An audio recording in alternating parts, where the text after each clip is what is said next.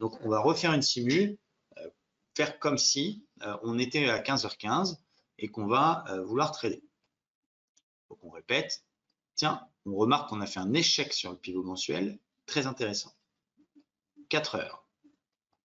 On est venu rechercher ma bande de la moyenne mobile 20-50, on est venu chercher 50% de Fibo, et je crois qu'on a recassé le palier précédent par le bas. Magnifique.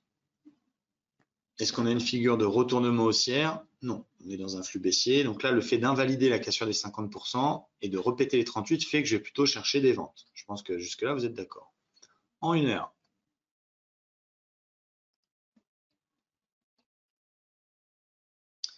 Qu'est-ce qu'on peut faire? On peut prendre le même mouvement haussier du jour 1 heure. Dire, tiens, on vient de péter les 38%. Donc on se dit, tiens, il y a peut-être une chance d'aller chercher le palier 50. OK. En 15 minutes, est-ce qu'on a un gros support qui arrive qui nous donnerait envie d'acheter? On sait qu'on a les 50% qui sont à surveiller. OK. Qui est une zone de polarité qui a été résistance, puis support. Donc là, moi, clairement, si j'étais scalper avec un scalp qui a envie de faire tout de suite, tu vois, je vais même descendre en 5 minutes. Je vais me dire, OK, on a cassé le précédent plus bas. Donc, par exemple, un petit pullback sur le plus bas précédent avec une petite figure de retournement, je vais aller essayer de vendre pour aller chercher les 50. Si on va chercher les 50 et qu'on les tient, j'essaie de plutôt payer puisque c'est une belle zone de polarité. Et évidemment, si ça remonte sans faire ce scénario qu'on casse le palier 23% et le plus haut précédent, je vais plutôt acheter. Donc, tu vois, j'ai cadré un peu mon marché.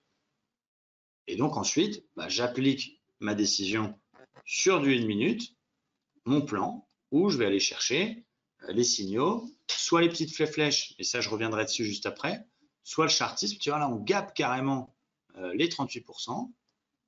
OK. Si on arrive là-dessus et qu'on fait un petit signal, je vais plutôt essayer de vendre ce niveau-là.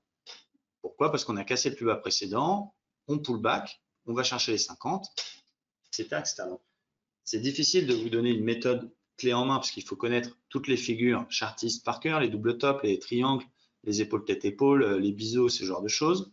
Il faut connaître l'utilisation des Fibonacci, il faut connaître le chartisme et être capable de détecter les bons niveaux, les supports, les résistances, le flux, la tendance, et ensuite agir en attendant des signaux, des figures 1 minute qui vont dans notre sens, et être capable d'invalider son scénario. Donc forcément, si jamais on repète les 38 et on pète la moyenne mobile, ça pourrait presque même s'acheter. Mais je préfère aller dans le sens du flux 4 heures, exactement candide. Voilà, on est venu faire un pullback. Si on fait un petit avalement 1 minute là-dessous, pourquoi pas vendre. Alors le Fibo, on s'en fout de l'unité de temps, en fait, c'est que c'est le Fibo du dernier mouvement. Donc ça peut être 1 heure, ça peut être daily, ça peut être 4 heures, c'est le dernier mouvement. Donc après, c'est le même Fibo pour toutes les UT, tu vois. Donc là, tu vois, je vais le faire en direct. Après, si je perds, c'est pas très grave, parce que j'ai quand même fait un beau gain. Si jamais on a une petite figure sur les 38, j'essaierai de vendre pour aller chercher les 50. On va essayer de faire ça en direct, les amis.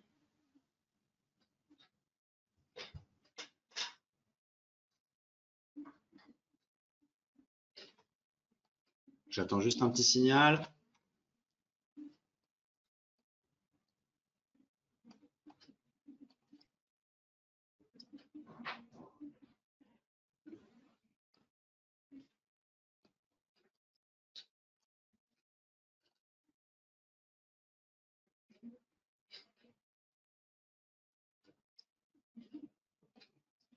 Et voilà, on va y aller. On a une petite étoile du soir. Si elle est validée dans 55 secondes, j'y vais.